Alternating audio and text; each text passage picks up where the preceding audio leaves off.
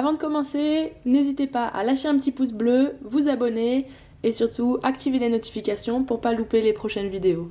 Je suis partie faire un road trip de 5 jours aux États-Unis, dans l'ouest des États-Unis. On est parti de Los Angeles, où on a loué une voiture, et là on est parti direction, premier stop, Las Vegas, qui se situe à 4 heures de route. Las Vegas, on y est resté une journée, enfin surtout une soirée. C'est une ville qui est très grande, je pense que ça a à voir sur la journée, très très grande, aussi bien la journée que le soir. Le soir c'est une ville qui ne dort jamais, toujours éclairée, énormément éclairée, beaucoup d'animations, de spectacles, évidemment les casinos, c'est ce qui est le plus connu à Las Vegas, donc je pense que c'est quelque chose à voir une fois si jamais on a le temps et l'occasion. Le lendemain, direction Zion National Park. Pas forcément le plus connu des parcs, mais vraiment un splendide parc à 3-4 heures de Vegas en voiture. On y a fait 2 jours de randonnée. Donc une première hike, Cable Mountain hike, pour voir une jolie vue très peu touristique. Bon, on l'a fait en fin de journée, donc c'est peut-être pour ça.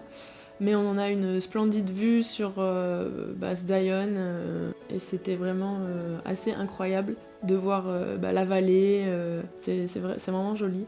C'est pas très facile d'accès, il faut se renseigner un petit peu, on a un peu eu du mal, surtout avec notre voiture, mais ça vaut vraiment le coup d'aller faire une petite balade comme ça de quelques heures, 2-3 heures grand max.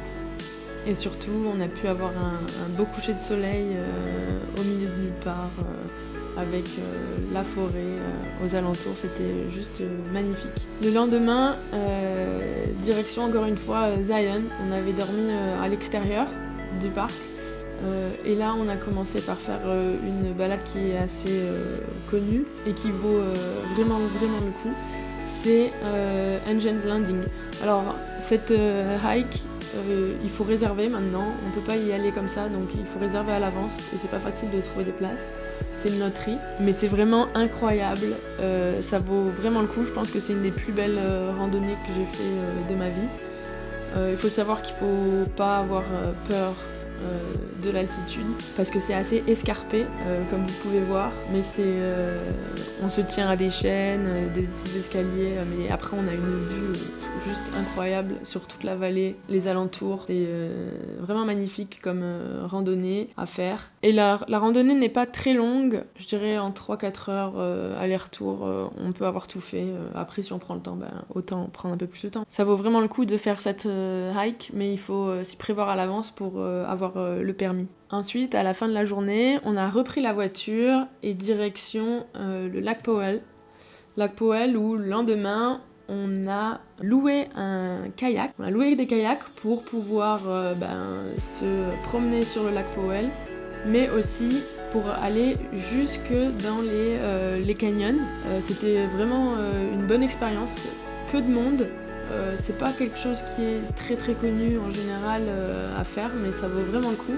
C'est une autre façon d'aller jusqu'à Antelope Canyon, qui est très connu, où il y a beaucoup de monde et pas forcément toujours évident de trouver des places, surtout quand on s'y prend dernièrement comme nous. Donc c'était l'autre solution pour aller jusqu'à Antelope Canyon sans avoir à passer par un tour et en vivant une expérience vraiment particulière et différente.